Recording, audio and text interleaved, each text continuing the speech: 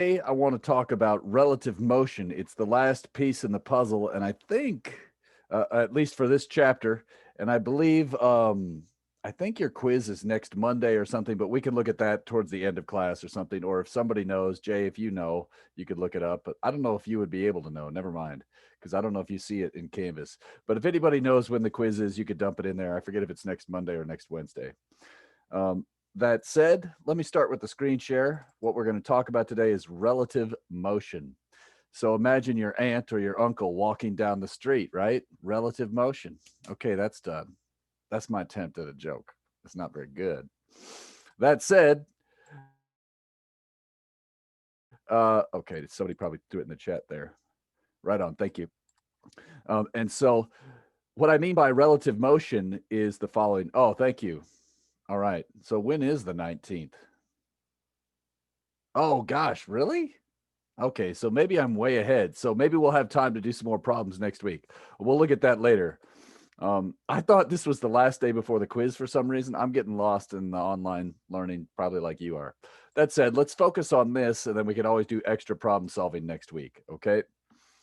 So imagine you have two objects moving relative to the earth. You could imagine this could be two cars driving towards an intersection, or it could be two planes flying in the air, or it could be just two people walking. All right. So they're moving relative to the earth.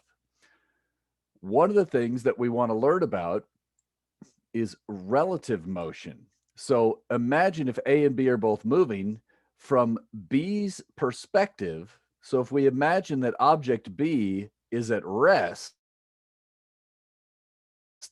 A would be moving towards B even faster. So think about it. Let's say, I'm just going to put some numbers on here. Let's say this is 3 meters per second. And let's say this is 4 meters per second. And we know that it's not really moving straight at the other one, but they're approximately straight at. So you might expect this one's going to be moving towards the other one at perhaps 6 to 7 meters per second.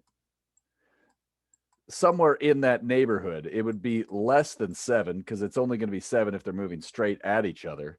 But the idea is we might expect, well, from B's perspective, A is closing the gap very rapidly because they're coming together. Whereas if B was moving away at 3 meters per second, A would only be closing the gap at about 1 meter per second. Now, we can do this approximately in our head, but it would be nice to get exact values. You could especially imagine this might be important to an air traffic controller trying to make sure two planes don't run into each other, right? Or what if there's an inbound missile coming at your town, right? What if, somebody wants to nuke Vandenberg Air Force Base? It would be nice if our missile defense system would then be able to correctly calculate the relative velocity and know where the missile is going to be. So, like back when I was a kid, the big thing was the Patriot missile defense system shooting down the Scuds in Iraq War I. So if you even are a history buff at all and know anything about that, great. But there's another application. Point being, there is a reason to care about this, and certain people might really, really need this. So we're going to study about this. The other thing about this, I don't know if you notice this down here, it basically is a special form of vector addition. So another benefit of studying this is it brings up vectors again and makes you get better at vectors so that later on when we have to do other things that relate to vectors, maybe you don't need relative velocity in your life, but you still get better at velocity vectors and vectors in general. So that's our motivation. Some people need this, and even if you don't need this, it's going to be good vector practice. So on this screen here, you can see there's a lot of subscripts, and the order of subscripts matters now. So order of subscripts matters. Normally, up till now, we have not worried about the order of subscripts. In this problem, the order of subscripts matters. So I'm going to write that even though it takes me a minute, just while it's all on this page. Order of subscripts matters. Okay. And in fact, it's a lot like cross products where if you flip the order, you flip the sign. Notice right here. If you flip the order of subscripts in one of these equations, all that means is you flip the signs. And you could see what that means pictorially right here. This velocity vector is VBE. It's the velocity of ball B or object B relative to the Earth. Now think, if I switch the subscripts, that would mean the velocity of the Earth relative to the ball. Well, in this case, if I'm walking forwards relative to the Earth, I could think of that as the Earth moving backwards relative to me. Or imagine I push a chair backwards. From the chair's perspective, I'm moving forwards relative to the chair. From my perspective, the chair is moving backwards relative to me. So that's all that is saying here. So in this case, maybe I'll emphasize this with some pink as well. Notice the direction of the arrow flips. And that's what I'm saying here is if you flip the subscripts, the direction of the arrow flips. So I can't emphasize that enough. Now you need to pay attention to order. Every other problem in this chapter, who cares? Final, initial, X, right? Those kinds of subscripts, we didn't really care about switching. Or if it was object one, final in the X, right? It doesn't matter if you say X final one or final one X, same thing. Here it matters. And notice, what do these subscripts mean for me? I always put the object relative to the second object. So the first subscript is the first object. The second subscript will be relative to that object. All right. And notice right here that distinguishing characteristic. All right. While this is all up here, I'm going to pause for a second and see if anybody has any questions. Just unmute and ask or throw it in the chat. Any questions you have about this while it's all up here, and then we'll start doing examples.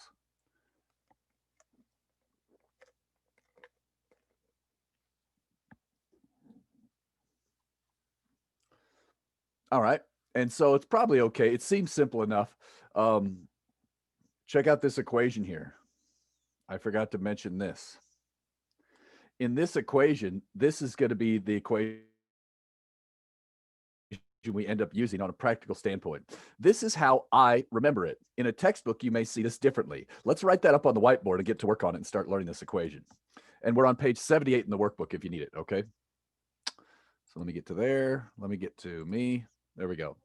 So in this case, I'll just write out the whole thing again so you can see it. Velocity of A relative to Earth plus the velocity of Earth relative to B is equal to the velocity of A relative to B.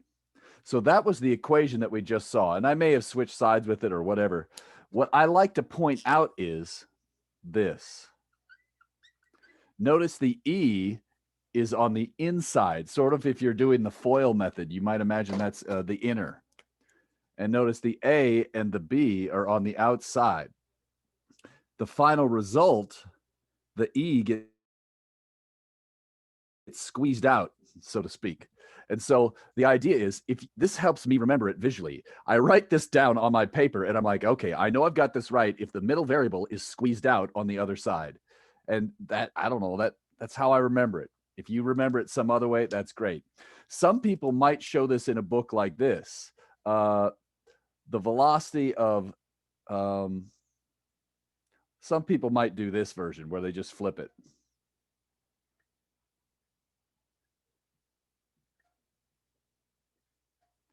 All right. Oh, and I should be careful. Oh my gosh.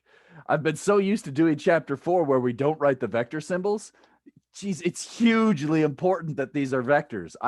Oh my gosh, hugely important, because then this works not only in 1D, but also in 2D. So we're going to get back to writing the I hats and J hats explicitly now.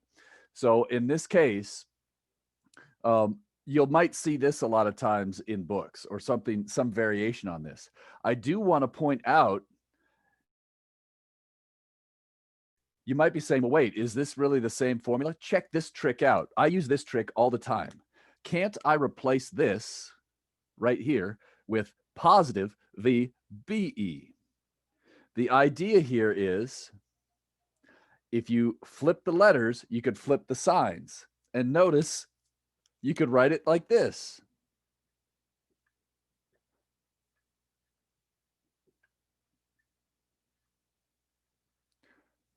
This is just the same equation as up top, just with a few things flipped around, but we still see the squeeze out works. Notice B is the variable that gets squeezed out. And notice that A and E are what's left.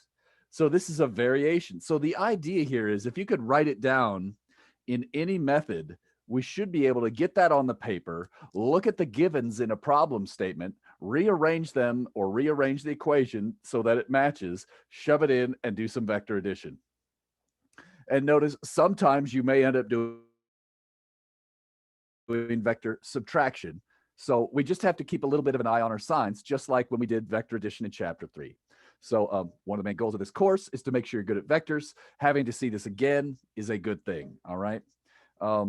Let's do a problem, and let's start simple and then build up to complicated, okay? These problems can get surprisingly difficult by Physics 161 class. Yeah, Jay probably remembers a very difficult question in her 161 class on this. So in this case, let's go look at a question and do a problem. So hopefully I'm sharing screen. It looks like it. So we're going to start super simple. We're going to start out with everything moving in one dimension, and then 2D, and then both things moving in 2 dimensions. So by the time we get to this third problem, it should be pretty good. It'll probably seem easy at first, but just trust me, we want to learn the right procedure. So try not to cut corners and just guess the answer in your head. You could totally guess the answer for this first one. All right. And then Jay, if you're bored and have nothing to do and are waiting for students to ask, you could try and code up this motion. And then the idea, if you want to, I kind of outlined that in that email, but or you could just sit here and wait for questions. I didn't do a good job of telling you the idea on that code, so my bad. But if you could make two balls move and animate, then all we have to do is do the velocity equation and do the subtraction on them inside the code. Yeah, anyways. Okay. Oh, I didn't get an email. Oh, maybe I forgot to hit send. I thought I sent it to you, Dom, and Trey. Sorry. But yeah, never mind. Don't worry about it. I could probably code it up like in 3 seconds on the fly. So, all right. So here we go. Let's color code this. So let's say object B is blue. What the heck? It's the letter B. It's going this way. So I'm just drawing it. You get it on your paper, and then we'll compare. Oh, B's a hustler. Moving at 3.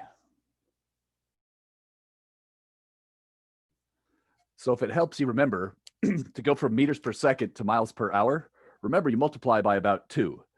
So 4 meters per second is a reasonable, 2 meters per second is about 4 miles per hour. That's a brisk walk.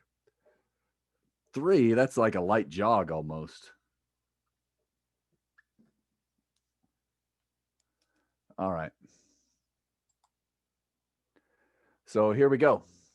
I've got these 2 objects. One's moving to the right at 2. The other one's moving to the left. So I know you could probably do this in your head. You know the motion is about 5, but right, 3 versus 2. Yeah, so you know the answer. Let's make sure the answer comes out to be 5 or -5, and let's try this with the symbols.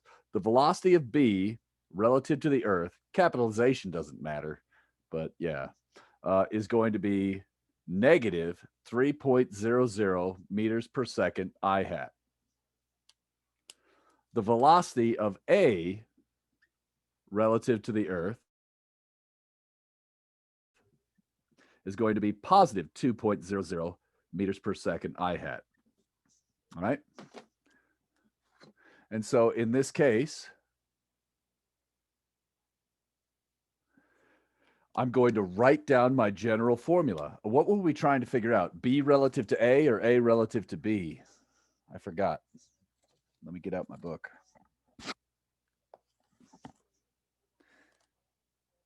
I lost it. We want the velocity of B relative to A. So remember, in this case, the first one is B relative to A. That's what we're looking for. All right. Now, in this case, let's try and think this through. I know I could use a V BE. What would I need to write right here in order for the relative velocity equation to be valid? You can unmute. Would it be VAE or VEA? VEA. Sorry, I lost it. Yes. Is that what we were given in the problem? No. However, how could I get this to look like that? Switch the sign. Switch the sign. And that's what, and so now you know basically the entire process, and we just get trickier and trickier vectors, and that's it. But sometimes the wording of the problem can seem deceiving. So this first one was deliberately easy. You don't want to start with the hardest one first. Oh, so wouldn't that become negative? So you have a choice. You could either flip this sign and then plug it in, or plug it in and flip this sign. Either way, you got to flip a sign. And so now when I do this one,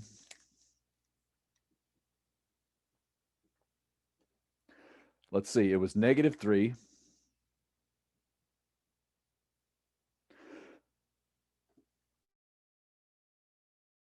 Now we got a minus sign. And then notice you get the 5 number, but we also get the negative I hat.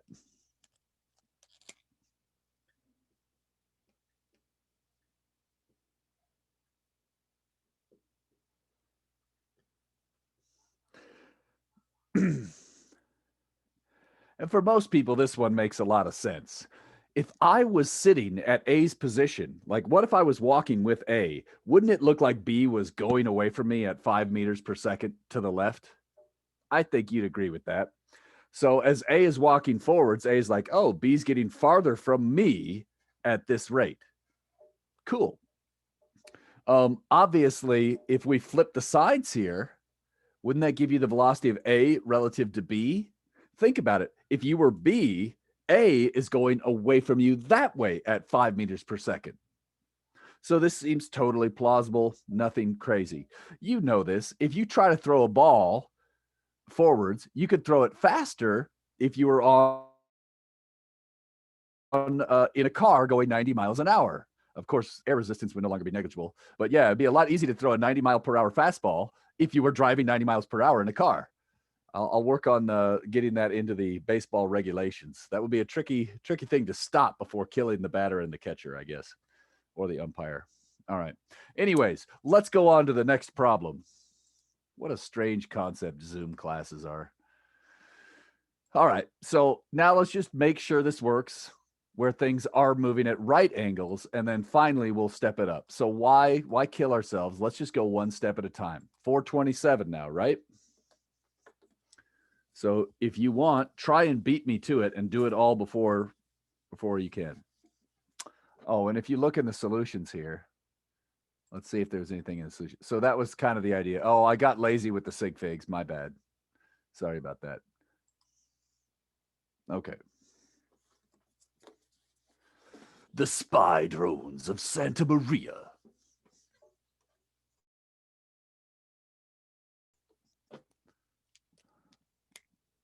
So yeah, I guess if my reason for bringing up the drones was now that we have drones everywhere, you could imagine what if somebody was flying a drone above a busy Santa Maria marketplace, and there was a drone just staying right above one person, spying on them. Right, that's totally plausible with the government these days, right? You can imagine the government spying on somebody, and so imagine if they're tracking that one person, all the other people in the image would be moving away from that person at different relative rates. So that's what I was trying to imagine here. I don't know if that makes it more fun or scary. That said, object A, object B, let's get this done. 427.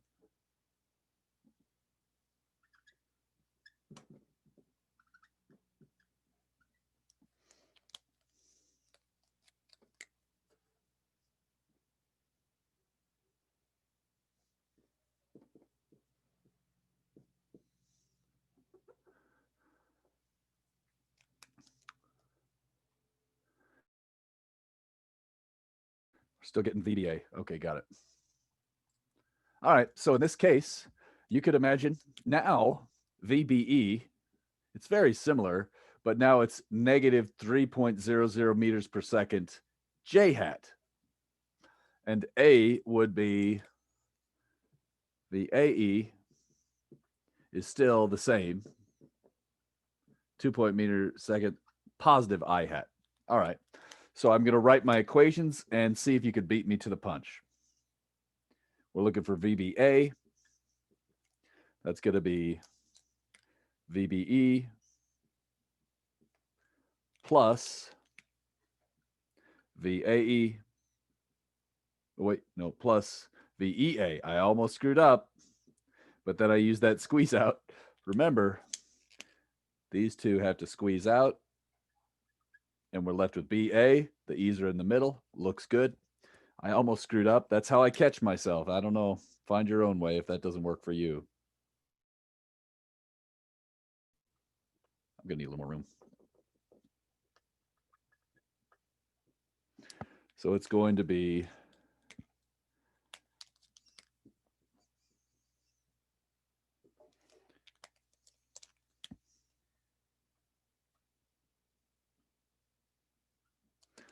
wait, AE. I flip the signs. By flipping the signs, I flip that. So it's going to equal, just writing it down, I'm going to put the units out at the end, just so I have a little more room. Factor out the meters per second that they each have. It's going to be negative 3.00 J hat minus 2.00 I hat. Now, this is not standard form, but we could just flip them now, right? Normally, you write the I hats before the J hats. And so at this point, maybe it's worth drawing a picture. And I've kind of run out of room here. So I know that you probably all have this picture. So what I'm going to do is say, okay, well, now let's look at what VBA is. So notice, everybody, please listen at this moment. What am I doing that is probably not intuitive? I'm drawing a picture of this answer before trusting the math. And right, you might think you can trust the math all the time, but trust me, I just made 3 mistakes in a quiz last night on something I've been doing for 30 years, 40 years. God, that's scary. No, 30 years, something like that. But whatever. The point being is draw a picture to make sure you know what you're doing, all right? So it goes negative 3 in the J hat. Oh, see, I just screwed up. It goes negative 3 in the J hat, and then negative 2 in the I hat. So probably more like that, approximately to scale. And we expect that this is the answer, right? So this would be VBA. So we expect it should be going down and to the left. And this just helps me understand that. Obviously, this problem is still pretty simple. You could have guessed that. But in the next problem, it might be useful. All right. So in this case, if I know this side is 3, again, the minus sign is right there. If I know this side is 2, this visually helps me say, oh, yeah, all I got to do is square these and add them together to get the speed. I could do inverse tangent to get an angle. So again, if I square these and add them together, doing the Pythagorean theorem, basically, I get VBA. And so just to speed this process up a little bit, let's go to the screen share and jump to the solutions. So if you do the Pythagorean theorem, this is the answer that you get. I do want to point out something. In the last problem with the same speeds, we got -5. And in this problem, we get a much slower speed of separation.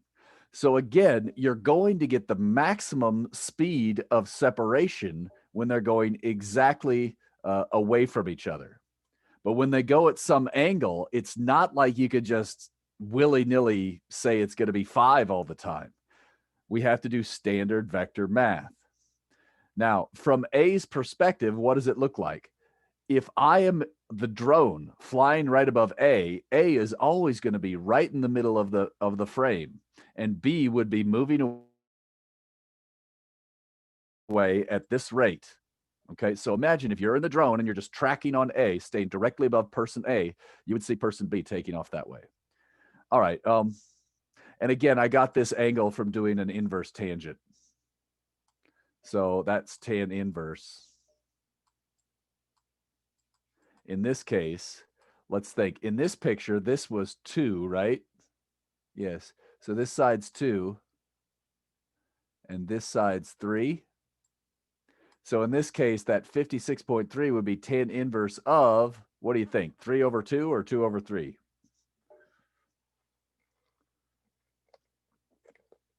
Yeah, 3 over 2. Right. Nice job. If you were going to type in that angle in Canvas, what number would you usually type in?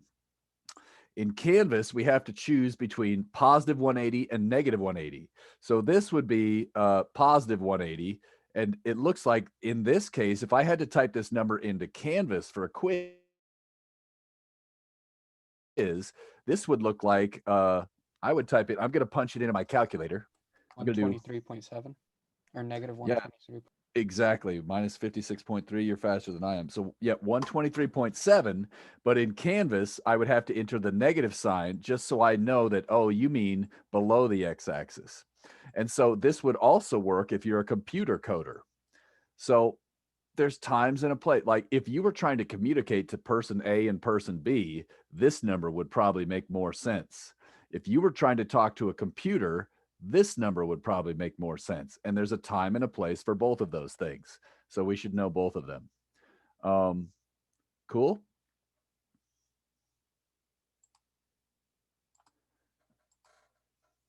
Let's see. These are probably doing okay. Just give me some feedback. Is this making sense or no, or plus or minus? I just had a question. Yeah. About how how the signs flip and everything, and like why you flip them and when you know to flip them from how you switch it from vector E to A to E. Yes. And like you want to do that, yeah.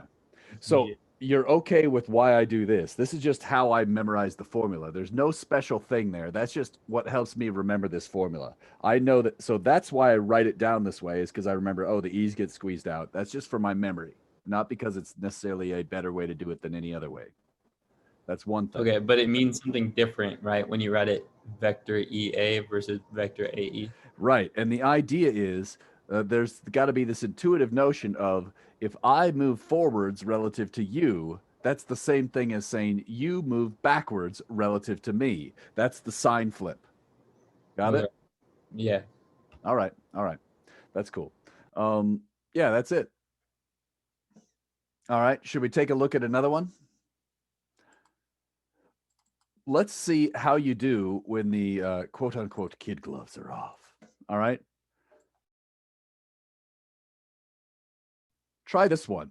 And what I did do, so I'm going to let you read the word problem. This start to look a little bit more like a test question, where you have to read the words, draw the picture yourself, and then know what is what. So you try it, I'll try it. We'll meet up at the end. Okay. Or we'll meet up after the setup, not at the end. Ooh, I'll hide mine. Ooh, yeah, this is kind of fun. 4.28.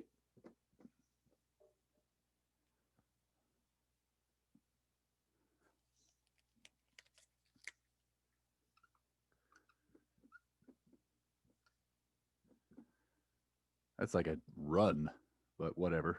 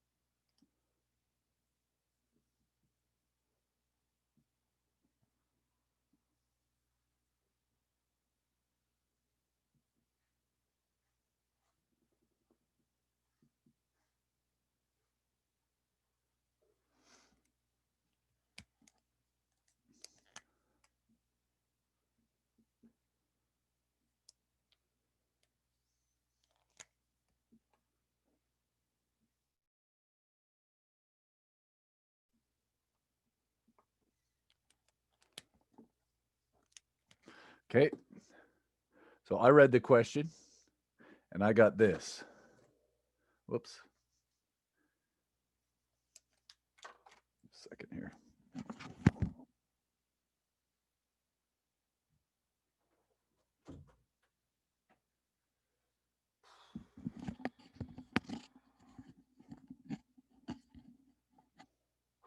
So I was trying to trick you now so that you don't get tricked on exam day. I don't know if this works, but we're trying it. So the idea here is AE, that's just pretty normal.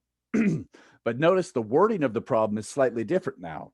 It says the drone was moving with A and records the velocity of B. So that tells us that, oh, I've got velocity B relative to A, not velocity of B relative to Earth this time. That's the mix-up.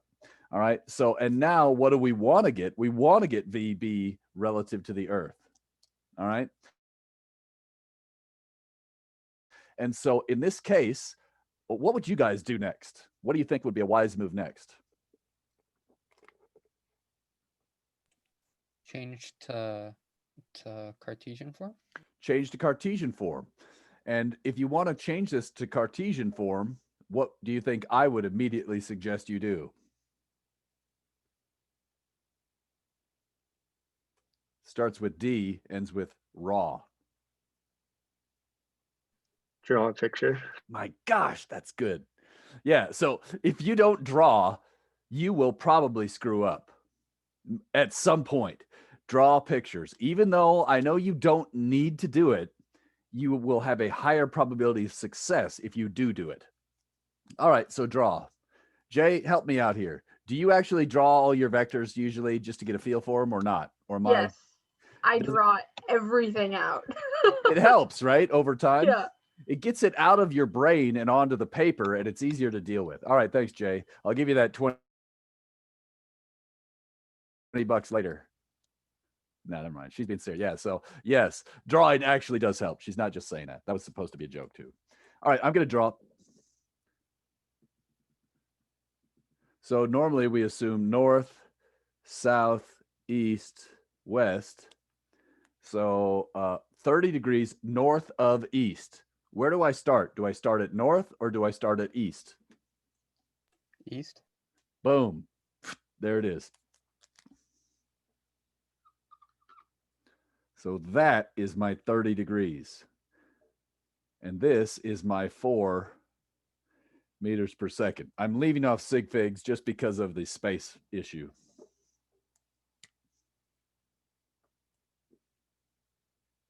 Okay. So now that tells me, okay, the X is going to be positive 4 cosine and the Y is going to be positive 4 sine 30. Okay. So again, this is adjacent to 30, use cosine. This is opposite 30. Opposite 30, use sine. All right. So now I'm going to do the blue one. Let's see. South of west. So this is north, south, east. So it's going to be south of west. I start at west, then go south. 45 is right here, so it should be a little more. 8 should be about twice as long as that. It's not perfect, but I'm trying, right? That's a little too steep, but you get the idea. Again, leaving off sig figs because of space. So now I kind of have an idea of these two vectors. So I could see that, aha, clearly the I hat and J hat are both negative for this one. All right. So that gives me the idea. So from there, now that you draw these, it's a lot easier to get the components. And let me check the chat here.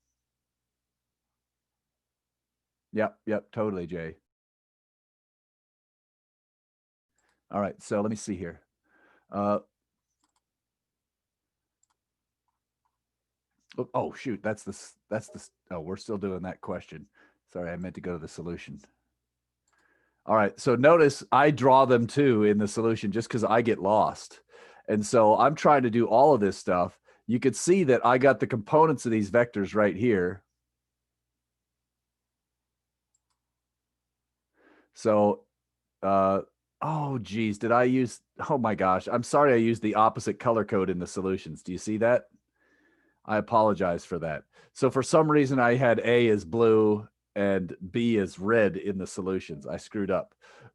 So the colors don't match. I don't know what to tell you. I'm sorry.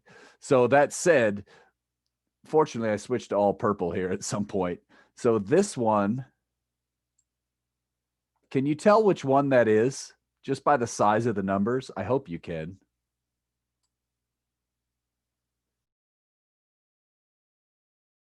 Them, right?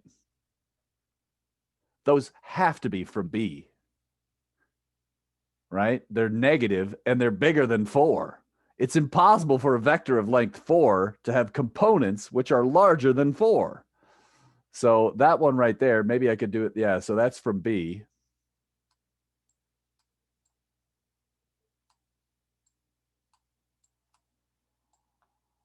And then notice this one right here.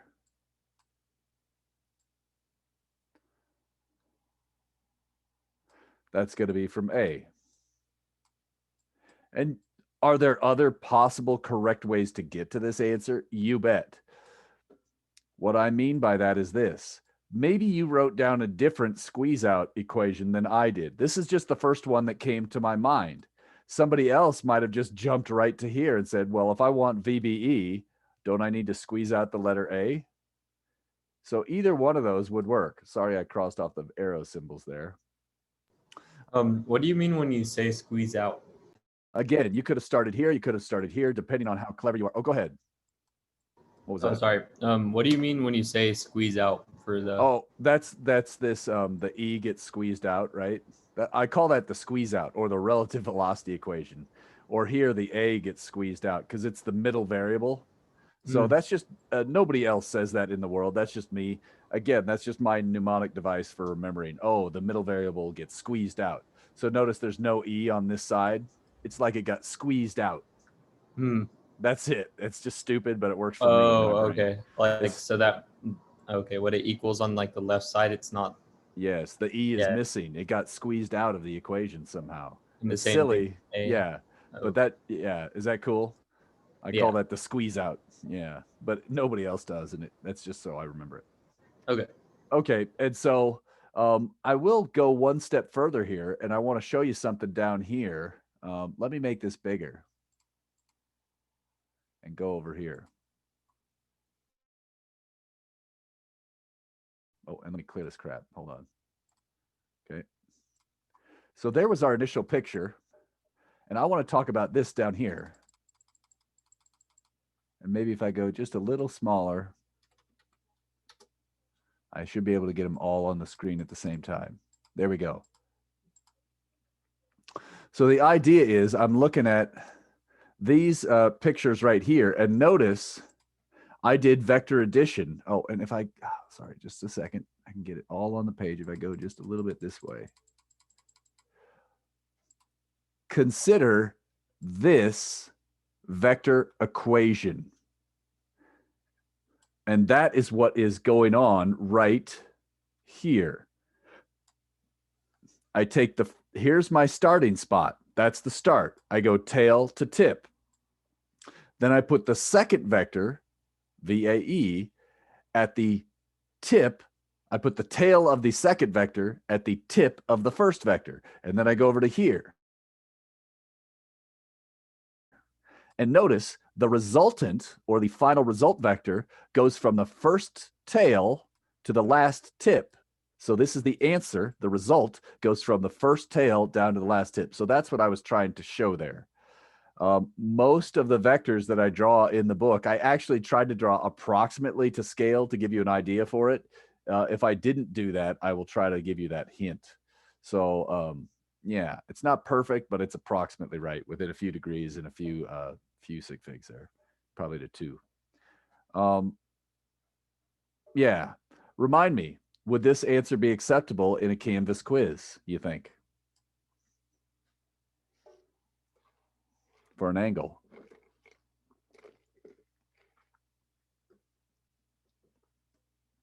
No. No, we'd have to enter in this angle as a negative. So it'd be about negative what, 112.1 or something like that if I did the math right. Hope I didn't screw that up. Let's get that number just in case. 180 minus 67.9. Yep, negative 112.1.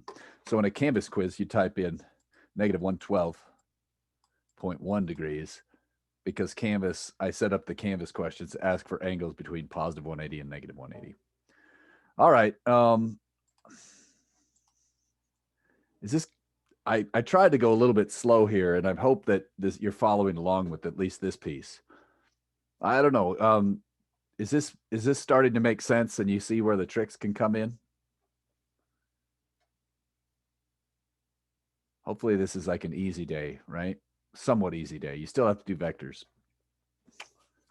All right, let's see how we could make this hard. Oh, where did my book go? It's on this side this time. Let me see what I got for you here. It turns out a large number of mechanical engineers need this too. So if you're curious about that, that actually ends up. Oh. Ooh. All right. The classic is something like the boat in still water. So let me see. It's been a pretty boring class day so far. I'm going to try this simulation. It's a new one that I found on the internet, I think, if I have it. Hold on. So let me see. Oh, whoops. I got to this one. But we could see, you could try this one out. This is, I got mixed up here. But so let's say we have this one. And so we see in this case, if two people are walking at the same speed, but one of them's on a moving walkway, you could actually look at the relative speed of these two. Oh, this is kind of cool. They switched it and have it walk to the end and go back. Ooh, this is kind of fun. Look at that. This relates to the next question in the book. So imagine you go on a moving walkway and you go down to the end and then come back. Who is going to get there faster? So watch this one again. On the way down, the red one is kicking butt, right? The red line is cruising. But on the way back, they have to fight this. And so the blue one is actually able to catch up. So it turns out trying to walk backwards on the moving walkway slows you down more than it speeds you up going the other way. Does that seem plausible? What do you guys think about that? Obviously it works, but what do you think about that? I don't know if that, let me give you a crazy example. What if you can walk 5 meters per second, right? And what if the moving sidewalk is moving 5 meters per second? How long will it take you to go back? Let's run and see. Oh man, that red one's really going to win, right? But now when you turn around, the walkway is canceling out all of your speed. So maybe this makes sense why the red one could never win. It's just sitting there constantly treading water going. And now think 5 meters per second. That's like running 10 miles an hour. That's 6-minute miles. That's a pretty good jog. So this person's just trying to run as fast as they can and they can't get anywhere, right? It's just kind of fun to think about. So, yeah, anyways, so in an extreme case, you'll see this again. We'll go at 4 meters per second. So clearly the red one's kicking butt, and then it's going to take forever for that red one to get back, running very fast, trying to get back there. The blue one's really, so next time you're in a moving walkway race, make sure you choose the not moving walkway, because I know that's going to happen all the time to you, just walking around on the streets. Is that the, wait, which one represents the sidewalk in that? And which one? The red one is on the moving sidewalk. Okay. Got it? And the sidewalk's moving because you're running, basically. Yeah. So notice in this case, let me get my little tools up here. Okay. So this is the speed of the person as they run relative to the earth. Since they're on the moving sidewalk, they're going 5 miles per hour plus 4 as they go to the right. When they go to the left, they're going 5 minus 4. They only go this way at 1 meter per second. And then Brandy is down here on the ground. Brandy's the blue dot. And so Brandy is going this way at 5 and that way at 5. So Brandy's average speed is going to be 5 no matter what. Whereas Mia's average speed is actually much lower. It's 9 going to the right, but she only runs to the right for 8 seconds or 9 seconds. Whoops, sorry, let me get the red. So this is where it gets kind of tricky. When you run to the right, you've got this really high speed for only 9 seconds. But when she runs to the left, look how much longer she's running while she's running slowly. Because the sidewalk is canceling 4 meters per second of her motion, she's going at 1 for forever. 80 so meters. She's going to have to do 80 seconds like that. So this is actually a moving sidewalk? That's right. So the gray is supposed to be the moving sidewalk. Okay. So you could think of this as like a boat in a river. You could think of this as a person walking on a train or on a flatbed truck during a parade or something. There's all kinds of cases where this might happen. Since we've got it, let me show you. Let's do the velocity plots as well. So that was position versus time. Watch what happens to the velocity plot. So let's just see this again. So notice on the way there, red is going almost twice as fast. Now red gets to the end, goes backwards. Notice red's velocity is negative. And here's where the trick comes in. We see that the blue has a decent speed going either direction. Now at this moment, what is the average velocity of the blue one, the one that is going on without the walkway? What's the average velocity? Almost 0. 0. Remember, Okay. yeah, so I was looking for an old trick here. Remember, velocity technically is displacement over time.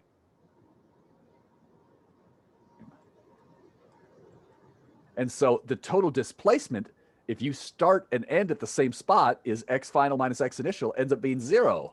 So the average velocity of the blue one is actually 0. The average speed of the blue one is 5. Now, in this case, the average speed of the red one would be some weird number, and we'd have to do the total distance traveled.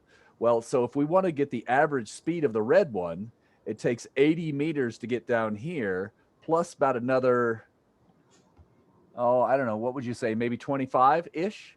So at this point, the red has traveled 125 meters, right? So notice I said speed, not velocity. If I wanted speed for the red one, average. So let me clear that up, that I'm looking at the average speed of the red person. That would be 125 meters over 32 seconds. And so notice you get some weird number. I'm just going to punch that in for fun. It looks like it's about 4, right? 125 div 32. So about 3.9. So the average speed is 3.9. So notice the average speed of the red one is actually much slower. If I wanted to get the velocity average for the red one, what would that be?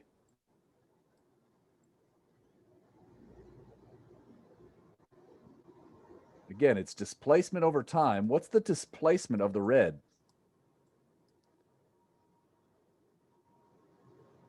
The red started right here. 56.84. Yeah, something. Oh, there it is, right there. There's the number. Thank you. So it would be 56.84 positive. Can I just say 50? I'll just say about 50. Okay, let's just say 56.8. How about that? And I would include the I hat all over how much time? 32. So notice the number, because the red one is still displaced a large distance to the right. All right, that was just kind of a throwback to chapter 2, but maybe that makes some sense now. So far, so good. Let's check another one. Let me clear these all out. I had another one here. I thought that was what I was going to show you, but so that was the 1D example. Maybe it was this one. Maybe it was back here. I had another one here. Race on a moving sidewalk. These Buffy simulations are pretty good, by the way. So if you want to look through these simulations for fun, these are pretty good. So, sorry, did I say Buffy? I meant Duffy. There's a D there. Apologies. So yeah, if you're looking for some interesting simulations, sorry about that. Duffy, HTML5. My bad. Where was that other one that I had? I had another one marked up here. Let me go up here. Where was it? It was, I think it was this one, the boat in the. So this one's kind of okay. I don't know. So anything to give you a visual and anything other than just straight boring lecture is probably a good thing. So the idea here is we could show, let's say the boat is traveling this way, right? And right now I have no current. So what I'm going to do in just a minute here is I'm going to add some current. And so the idea here is, what if I take this current and let me, oh my gosh. Okay. Sorry. Zoom.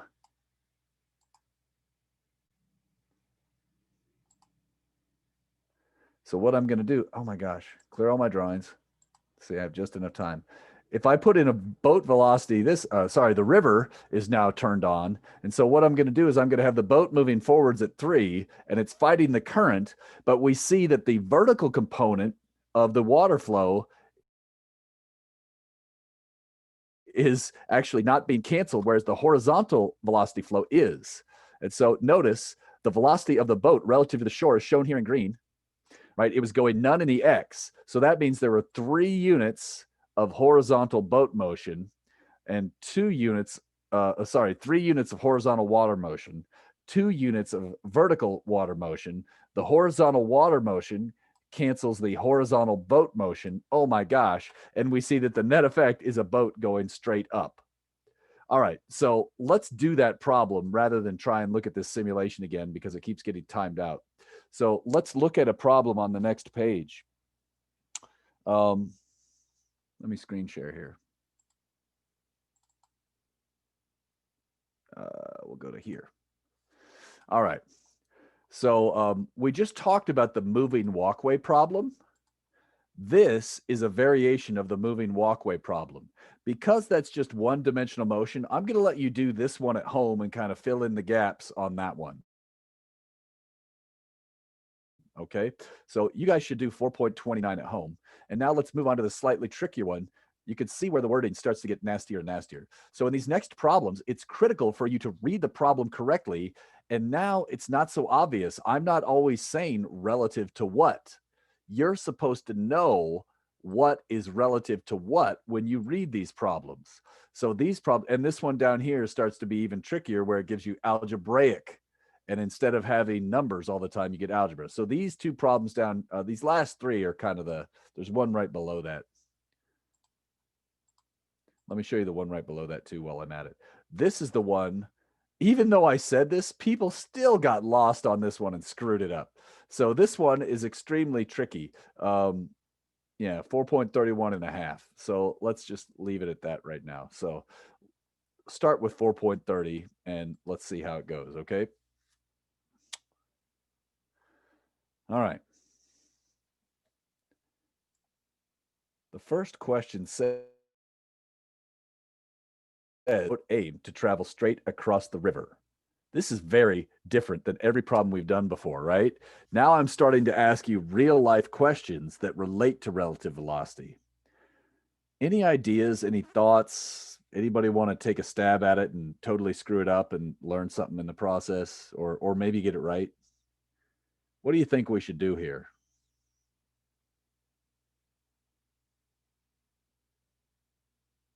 I'll give you a minute to digest and I'll draw the picture, okay? And then I'll ask you again, what do you think our plan of attack should be? So sketch it out and start thinking.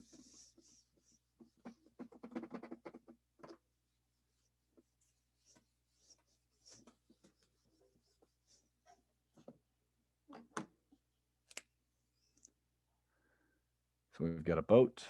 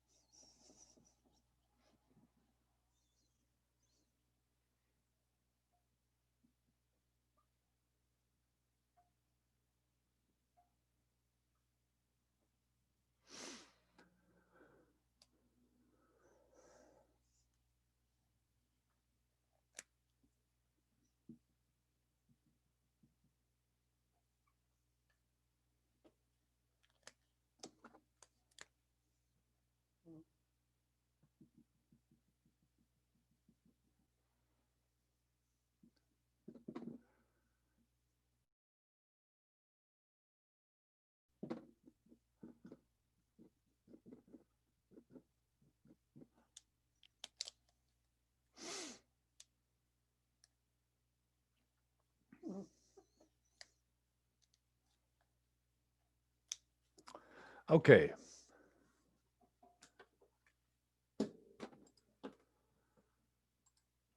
Tricky, right? When you have to think, all of a sudden, yeah, you have to think before you could do physics. That's a harder thing, right? Or I guess the thinking is the physics, and then you just do easy math. All right. What does this help me out? Talk about it. Something. Say something. What does any of this mean to you? Is there anything you want to say about any of these numbers or anything you write down? What did you try? Or what do you think might work? It's okay to be wrong. Who cares?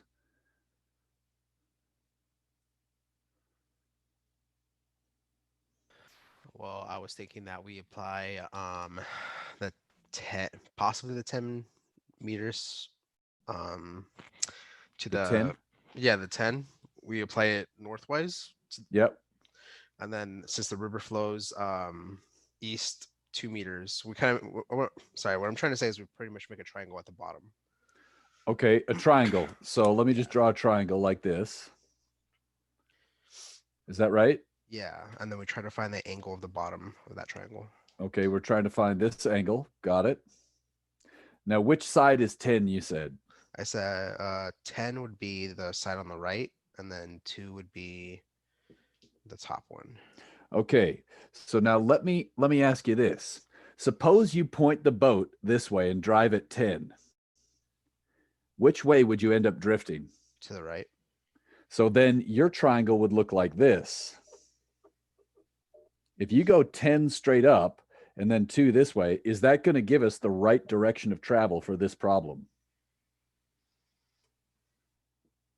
We're supposed to travel straight up.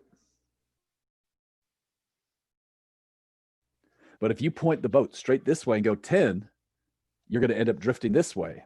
So that won't work. Right. Agreed? That was a good thought. So see if you could rephrase it. Do you agree that we have to go, you're going to have to cut into the river and then part of it's going to push you back? Does that make sense? Yeah. Or basically angle into the current, sort of like in this last problem, that simulation I showed. If the river was flowing this way and we aim that way, right? So this side should have been the 10. Does that make sense? Yeah. But your triangle idea was absolutely right. Now think about this. If we do this way, we could figure out this number over here. Help me out. And so that was good job being brave. What is this velocity? Is it 10 meters per second of the boat relative to what? In your opinion? Relative to the shore? This red one is relative to the shore. Agreed? You're going to point this way, and the boat's actually going to be pointed this way and travel straight up like that. So is it relative to the river? Yes. And so I'm just going to, since I'm calling it water here, I would say this is the velocity of the boat relative to the water. Now I'm just calling it speed, but there's the arrow, there's the direction. This, what is the river flow? What is that telling us? The velocity of the water relative to what? The river? The Or river. no. Go The ahead. flow.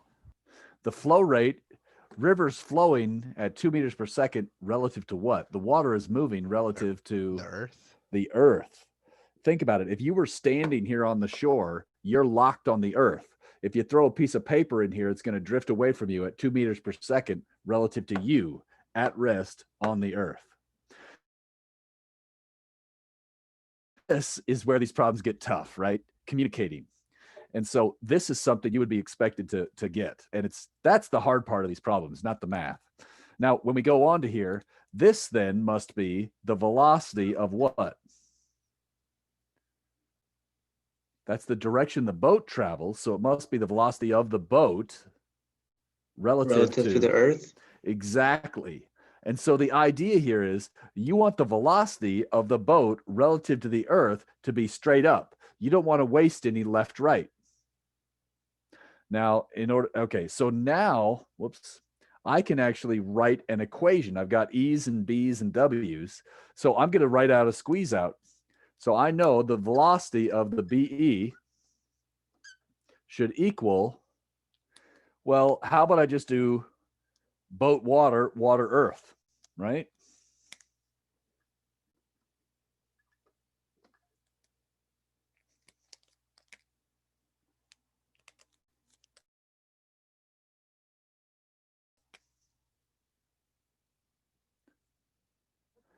And now I could write my vector equations. Now at this point, I could do the I hats and J hats, or as somebody suggested, couldn't you just do a triangle and figure out this angle now? You bet. Now, because this one is convenient, everything's on right angles, that way works great. If it was at some weird obtuse angle, you could actually use the law of cosines, or you could use laws of sines. Now, I don't generally have the, well, I have them memorized, but I don't expect you to have them memorized. You could also get it from this vector equation. So I'm going to show you this way that works for every problem. Even though this is a special problem where you happen to have a right triangle, by all means, if you recognize this is a right triangle, you don't need to do what I'm going to do. But that said, I'm going to write this out. This is a general technique. Because you have a vector equation, you could split this into an I hat part and a J hat part. Why? At the very beginning of this chapter, I don't know if you remember, we said that motion in the X direction is independent of motion in the Y direction. So this is not one equation. This is actually three equations, one for the I hat, J hat, and obviously K hat. Now 0 equals 0 isn't very interesting, but technically that is an equation in the third dimension. So there we go. All right, so I'm going to kind of write this up now. So we could say it like this. Velocity of the boat in the earth in the X direction should equal velocity of the boat in the water in the X direction plus velocity of the water earth in the X direction. Just making sure before I get ahead of myself, the W gets squeezed out. I'm left with B and E. Looking good. What is the velocity of the boat in the X direction in this case? The velocity of the boat relative to the earth in the X direction. Excuse me. What is that?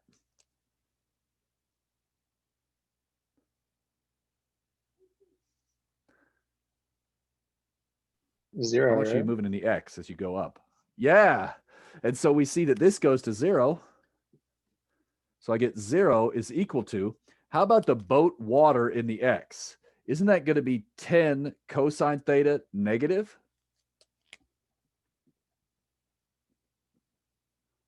I'm going to leave off the units for just a second because I'm running out of room. But normally you would keep appropriate sig figs in units. Verify you think this is okay. The black arrow has a negative I hat. So it would be, right? It's going negative. Oh, crap. I screwed up, didn't I? Do you see it? What's the X component? If this side is 10, let me just draw that bigger over here.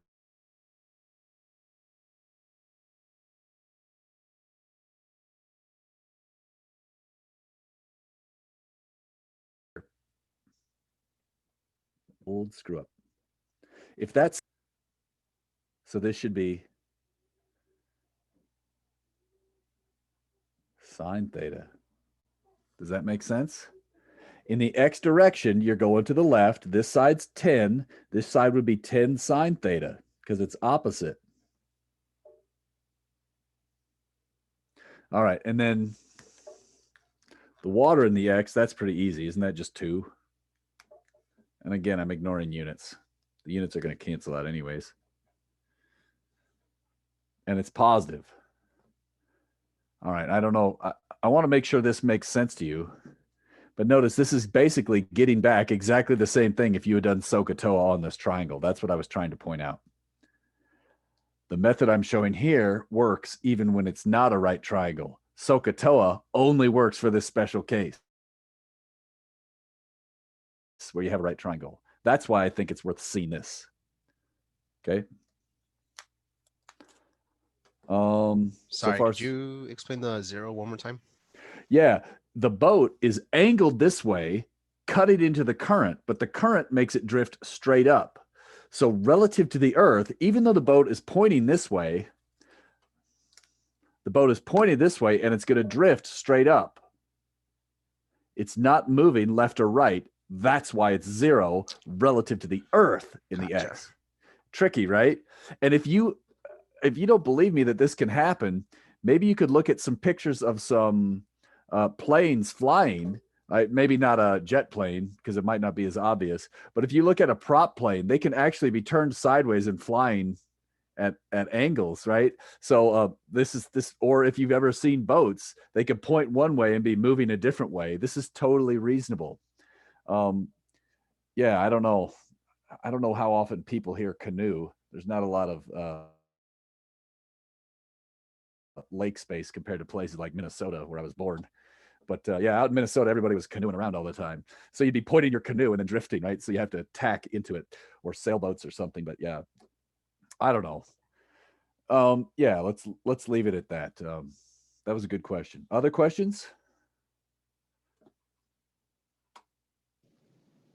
Go for it. What are you? I'm confused with the 10 sign. So Mm-hmm. you How about have I draw to, it bigger? Can I draw it bigger? Sure. So this is the direction the boat wants to go if there was no current. It's not going to go that way. It's going to go the red way because of the current, but it's aiming this way and it's trying to go this way at 10 meters per second.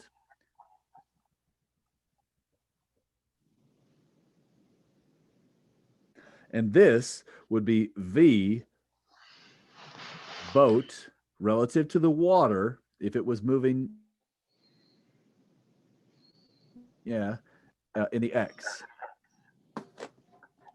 So far, so good. This is the angle that we were told. We said the boat is going to try to angle this way in the picture. So in the picture, I gave you this angle, I think, right? Look in the problem statement. Oh. Is that what you were missing? Yeah. Yeah. So in the Okay. picture, in the problem statement, that's what I called theta. And that's why you have to use sine. If I had said this angle over here is theta, then you're right. You would have used cosine. But according to the picture, I was imagining if you're sitting in this boat, you're thinking, how far do I need to angle this way so that I actually get across? So far, so good? Yeah, I didn't realize, or I guess my brain was a little confused with the boat relative to the water. Yeah, this is extremely confusing. On last year's Physics 161 test, this was probably the hardest question. And I'm talking people that normally get A's on everything were just skunking this problem left and right. So these relative velocity problems, I started you off with some easy ones. Do not underestimate them. They can be extremely tricky. So if you could get to where you could do all the problems on page 79, you probably are in good shape. There's an extra layer of difficulty interpreting words, then doing physics. And that's what makes these so challenging, I think. And yeah, which of course is what makes them more realistic for the real world, right? Problems where you have to talk to people and understand what people are saying and then do something with it, that's useful. Doing stupid problems from a textbook is not that useful.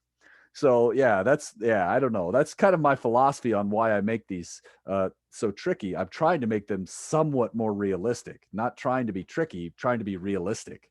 But reality is tricky sometimes. All right. So not trying to be mean. I'm naturally good at it, I guess. All right. I have one more question, or Here's a fun question. Oh, yeah, go ahead. can you again explain why 10 is negative? 10 isn't negative. 10 sine theta is negative. Okay. This side has size 10 sine theta, but it's going this way. You have to aim into the current. So if the current's flowing to the right, you have to aim to the left. Otherwise, you won't go straight up. Is that okay? And aiming to the left is the same thing as saying, well, relative to the water. Yeah. Imagine this. Imagine you were in this boat, and the second you leave the dock, you take a styrofoam cup and you throw it in the water. Well, the river is going to carry that cup down here, and you'll be arrested for littering later. But in the meantime, you're going to be traveling this way relative to the cup. The cup would be drifting down this way, and you would be going that way relative to the cup. The cup is the same thing as the water, right? The cup is moving with the water. So if you throw a cup overboard and it's drifting that way, you're moving this way relative to the water. What's weird is the water that when you start is going to end up down here. You are going to end up straight there. Is that making some sense? Yeah. The velocity of the boat relative to the water, I just thought it was 2 meters per second, but then I looked at it No, again. that's the water relative to the earth. Yeah, Yep. I get it Is that now. good? Thank you. Yeah. Super, super tricky. Yeah. Good. Other thoughts? Those are all good questions. Let's take a look at this. The hard part of these is the setup. We have 5 minutes left. Let's worry about the setup to another problem rather than doing the rest of the math for this one. There's an interesting thing, I guess. One last comment that I think is really interesting. Which way do you think the boat should aim to get across the river the fastest? Let's do that concept question. If you want to get across the river the fastest, which way do you point the boat?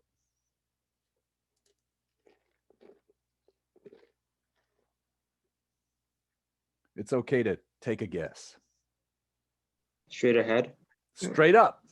Now, the issue with this is the following. If you aim straight up, you're going to get across quickly, but where are you going to end up? 2 meters to the right. Yeah, something, or yeah, for every second you travel, it would be 2 meters down. How wide is the river? Oh, it's 50 meters away. So you're going to travel for 5 seconds. If you aim straight up, it's going to take you 5 seconds to cross the river. So you'll go straight up. In 5 seconds, you'll cross the river, and you'll actually be 10 meters down. But I think you had the idea right. Oh, You know yeah. what I'm yeah. So, and the idea here is that's actually a lot easier than trying to fight the current. If you want to compare it, we know in this case, you could figure out 10 cosine of the angle, and that would be your speed going up. And you could figure out it's going to take a lot longer to try and fight the current than to just go across, get out, and drag your boat upstream from the shore. So next time you fall into a river and you see a waterfall coming, because we're all going to do this, you know, in the near future, I'm sure. Let's say Santa Maria River really starts raging from some massive rains that are never going to come anymore, but maybe they will someday. And you're worried about falling off a cliff. It's better to just swim straight across than to fight the current. And you probably, if you've been, a more logical thing might be riptides, right? So if you're out in the ocean and there's a massive riptide out in the ocean, well, just go out with the riptide, swim to the left, and then come back in, because you don't have to fight so hard. And it's actually less work trying to fight the current. It's the same thing as that moving walkway. The ocean will win, because it's just going to be faster than you can ever swim, right? You're lucky to swim 2 miles an hour. The riptide might be much faster than that.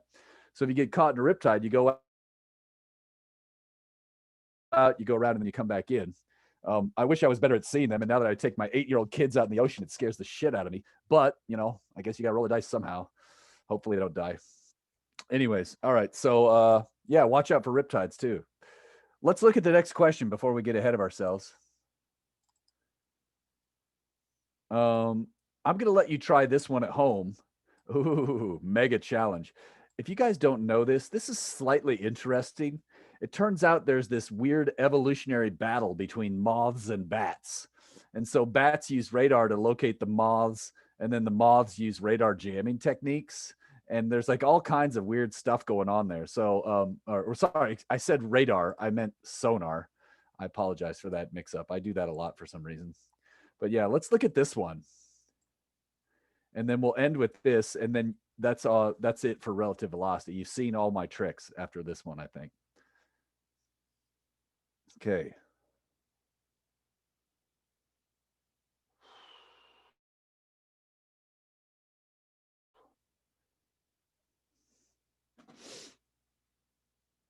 Train is traveling to the right with a constant speed of 20 relative to the Earth. The ball has an initial speed of 40 relative to the train, not velocity, speed. Now you want to know which angle to throw if she wants the ball to leave her hand with a launch angle of 30 relative to the stationary ground. So this is complicated. You're sitting on the train. Boy, look at all those words. So rather than try and do the problem, just see if you can identify what's, velocity of the ball relative to the Earth, relative to the train, and see if you can get all the symbols right? Or just come up with a set of symbols that matches this word problem.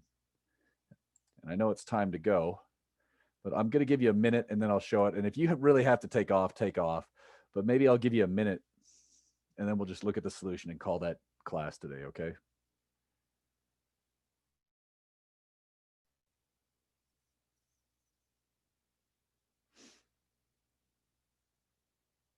Super tricky problem.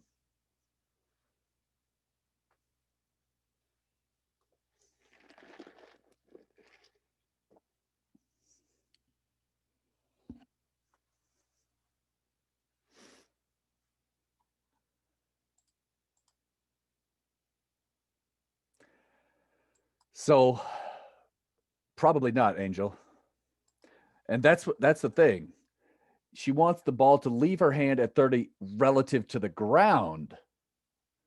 If I had asked relative to the train, the issue is the train is moving so fast to the right. If she throws it at 30 degrees, the train is going to increase the horizontal component and make this thing less than 30 degrees.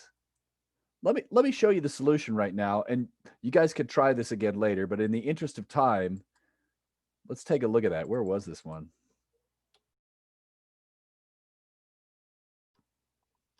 There's the boat. There's that one. There's the moth. All right. And so this is the wording that I thought through, and let's see if this makes sense. Yeah. And this, you could see, it's like, man, if you had to pick one problem to do last on a final exam, it would be a relative velocity. It's extremely hard to visualize. The wording, you have to convert words into pictures in your mind, but sometimes that's too difficult. So you also have to use equations. And this is one of the problems where I almost do all equations at first, then check with pictures at the end.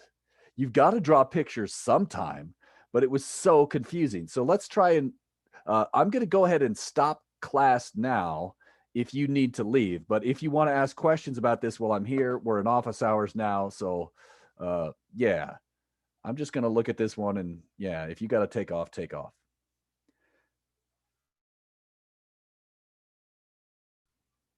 I use T for train, B for ball, and E for earth. This one probably makes sense to you pretty well. That one's the easy one. Now, this is what I was saying. We know the speed is 40, but I don't know which angle. We're asked about the angle. So while you're on the train, which way is she going to aim? That's not the way the ball goes relative to the earth. Which way did she aim? So that is unknown. That angle is unknown. We do know that we want this thing to travel at a 30 degree. So the ball relative to the earth, after it leaves her hand, we want to, if somebody's sitting on the ground next to the train, should see it fly off at 30 degrees.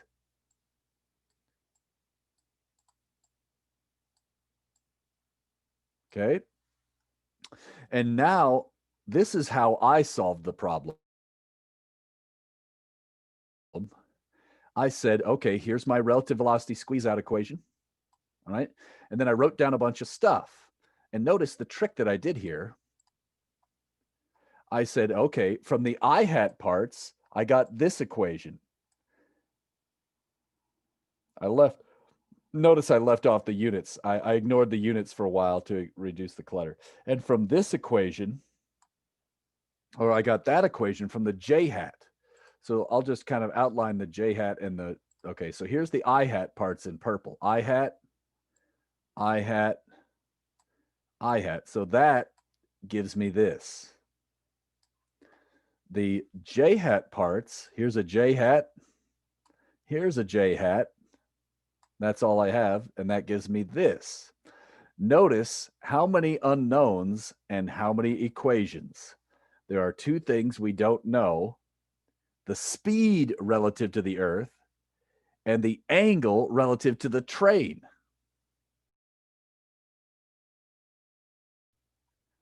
And, whoops.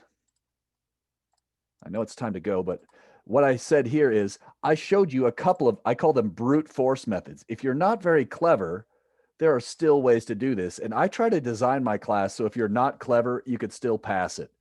Because cleverness, sometimes in a test environment, you're not going to be clever, even if you are clever normally, right? So there's brute force methods which work. And then it's nice to see the clever methods too. So here's a brute force method. That was one style. Ugh. Here's another style. I got a quadratic. Now here's the clever style. Use law of cosines. And you can see that, man, that's very clever. So what I did with Physics 161, I love to stick it to people. I stuck this one on there to see who actually did this and could actually interpret it right. And it turns out it was really tough. I'm going to leave that there and stop the live